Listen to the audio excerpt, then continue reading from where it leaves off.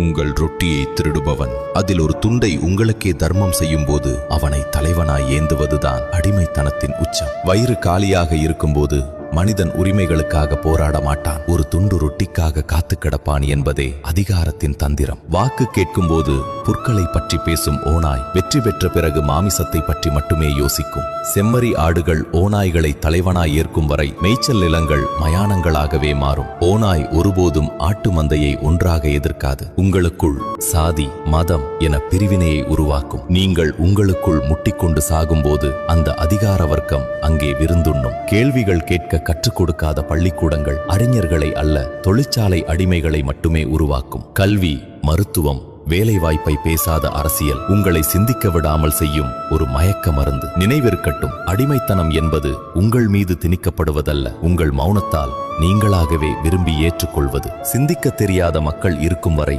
சுரண்ட தெரிந்த ஆட்சியாளர்கள் பிறந்து கொண்டே இருப்பார்கள்.